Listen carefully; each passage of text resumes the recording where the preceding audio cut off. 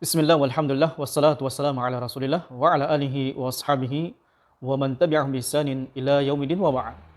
Ikhwatal iman rahimani wa rahimakumullah.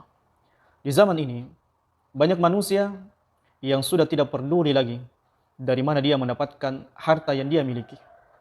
Apakah dari jalan yang halal atau dari cara yang haram.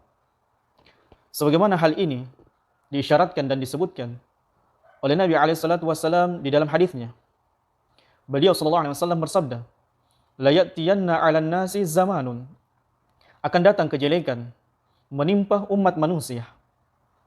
La yubalil mar'u bima akhadhal mal.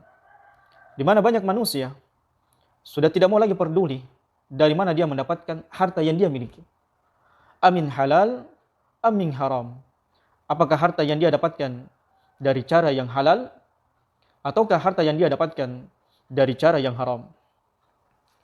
Padahal Allah Subhanahu wa taala memerintahkan kepada kita semua untuk memakan makanan yang halal dan menghindari dari memakan makanan yang haram.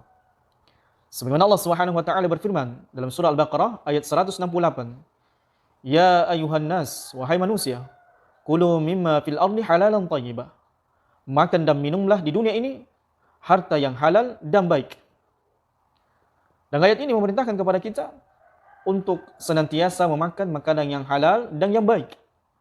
Dan mereka yang memakan harta yang haram, keluar dari tuntunan Allah Subhanahu wa taala, jauh dari perintah Allah Subhanahu wa taala, memakan makanan yang haram dan mengambil makanan yang haram, maka dia adalah orang yang mengikuti syaitan, yang dimana syaitan adalah musuh utama anak Adam. Sebagaimana lanjutan ayatnya, "Wala tattabi'u khutuwatis syaitan, innahu lakum aduwwum mubin." Dan janganlah kalian ikuti langkah-langkah syaitan, karena sesungguhnya syaitan adalah musuh yang nyata bagi kalian. Sehingga jamaah dirahmati Allah Subhanahu wa taala, para ulama telah menyebutkan bahwasanya orang yang mendurhakai Allah Subhanahu wa taala, menolak perintah Allah Subhanahu wa taala, menyampingkan perintah Allah Subhanahu wa taala untuk memakan makanan yang halal dan tidak memakan makanan yang haram, maka sungguh dia telah berbuat dosa di hadapan Allah Subhanahu wa taala dan dia merusak dirinya sendiri, merusak jasmani, merusak rohani dan merusak akal pikirannya. Sebagaimana maksiat itu merusak apa yang telah kita sebutkan tadi. Dan hal ini pernah terjadi ketika Imam Syafi'i rahimahullah berjalan di pasar, kemudian ketika beliau berjalan tidak sengaja melihat aurat wanita, maka apa yang terjadi jamaah rahmatullah? Hafalan Imam Syafi'i kemudian rusak dengan melihat maksiat tersebut. Dan hal itu tidak dilakukan dengan sengaja. Maka Imam Syafi'i kemudian mengatakan, "Syakautu ila Waqi' an su'il hifdzi." Saya mengadu kepada Waqi' gurunya Imam Syafi'i tentang buruknya hafalanku. Fa arsyadani ila tarkil ma'asi. Maka Waqi' pun kemudian menasihatiku dan mengarahkanku untuk meninggalkan maksiat. Fa innal ilma nurun, karena ilmu adalah cahaya. Wa nurullah la yu'ti lil 'asi. Sementara cahaya Allah Subhanahu wa taala tidak akan pernah diberikan kepada orang yang bermaksiat kepada Allah Subhanahu wa taala.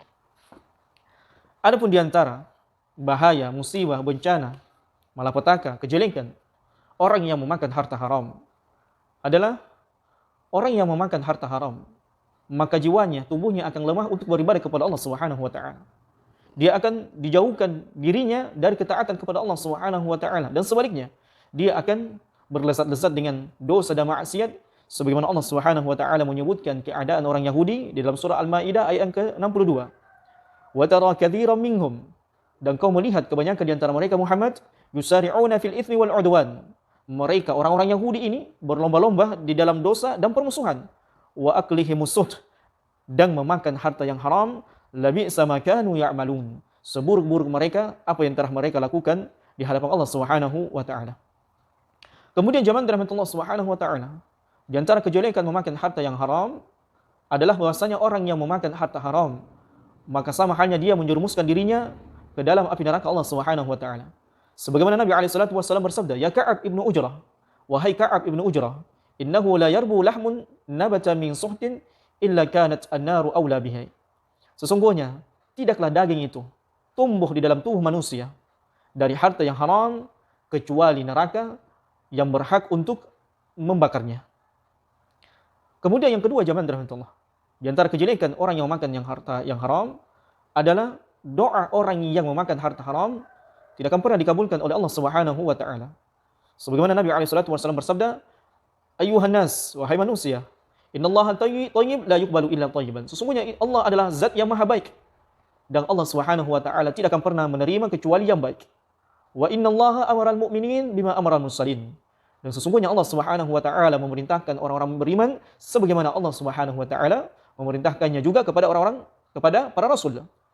Faqal, dan beliau kemudian bersabda membacakan ayat, ya ayyuhar rusul, wahai para rasul, kulu minat thayyibat, makanlah dari yang baik-baik, wa'malu salihah, dan beramallah dengan amalan yang saleh, inni bima ta'maluna alim, karena sesungguhnya aku, kata Allah Subhanahu wa taala, dengan apa yang kalian lakukan, dengan apa yang kalian kerjakan itu maha mengetahui. Waqal, dan beliau membacakan firman Allah lagi, ya ayyuhalladzina amanu, wahai orang-orang yang beriman, kulu min thayyibat, makanlah dari yang baik-baik, ma razaqnakum, apa yang kami rezekikan, apa yang kami berikan kepada kalian. Tsumma dzakara rajul. Kemudian Nabi alaihi salatu wasallam mengkisahkan, menceritakan ada seseorang yutilu safar, yang dimana perjalanannya ini sangat jauh. Ash'ath akbar, rambutnya kusut dan tubuhnya berdebu. Yamuddu yadayhi ila sama, senantiasa mengangkat kedua tangannya ke langit. Ya Rabb, ya Rabb. Dan dia berkata, wahai Tuhanku, wahai Tuhanku. Wa mat'amuhu haram, sementara makanannya haram. Wa masyrabahu haram, begitu pula minumannya haram. Wa malbasuhu haram, pakaiannya haram. Wa ghudhiya bil haram, tubuhnya bergizi dengan yang haram. Fa anna yustajaba lidzalik, maka bagaimana mungkin doa orang yang seperti ini keadaannya itu dikabulkan oleh Allah Subhanahu wa taala. Kemudian jamaah rahmatullah Subhanahu wa taala, di antara kehinaan atau kejelekan memakan yang harta yang haram adalah sebagaimana yang disebutkan oleh Nabi alaihi salatu wasallam, sesungguhnya memakan harta yang haram di antara sebab kehinaan dan kemunduran serta kenistaan umat Islam saat ini. Nabi alaihi wasallam bersabda, "Idza tabaya'tum bil 'aina." Apabila kalian saling jual beli dengan 'aina, yaitu cara riba, dan di antara praktek riba adalah 'aina. Wa akhadtum athnabal baqar, dan kalian disebutkan dengan buntut-buntut ekor sapi. Kalian disebutkan dengan peternakan. Wa raditumuz bizzar'i, dan kalian saling ridho, saling senang bahagia dengan tanaman. Wa taraktumul jihad, dan kalian tinggalkan jihad di jalan Allah Subhanahu wa taala. Sallallahu alaikum dhullan, maka Allah akan menimpakan kepada kalian kehinaan. La yanzi'uhu, kalian kehinaan tersebut tidak akan diangkat oleh Allah Subhanahu wa taala hatta tarji'u ila dinikum, sampai kalian kembali kepada agama kalian. Kemudian yang terakhir jamaah rahmatullah Subhanahu wa taala yang bisa kita sebutkan di antara kejelekan dan keburukan memakan harta yang haram, bahwasanya harta haram apabila dia telah tersebar dan merajalela di dunia ini, maka itu adalah merupakan petanda Allah Subhanahu wa taala menurunkan azab dan kehancuran bagi umat manusia. Sebagaimana Nabi alaihi salatu wasallam bersabda, "Idza dhahara zina war riba fi qaryah." Apabila telah nampak muncul tersebar dosa zina dan riba di sebuah negeri, faqad ahallu bi anfusihim, maka sungguh penduduk negeri itu telah menghalalkan untuk mereka azab Allah, yaitu azab Allah Subhanahu wa taala. Oleh karenanya jamaah rahmatullah Subhanahu wa taala, marilah kita melihat harta-harta yang sekarang kita miliki.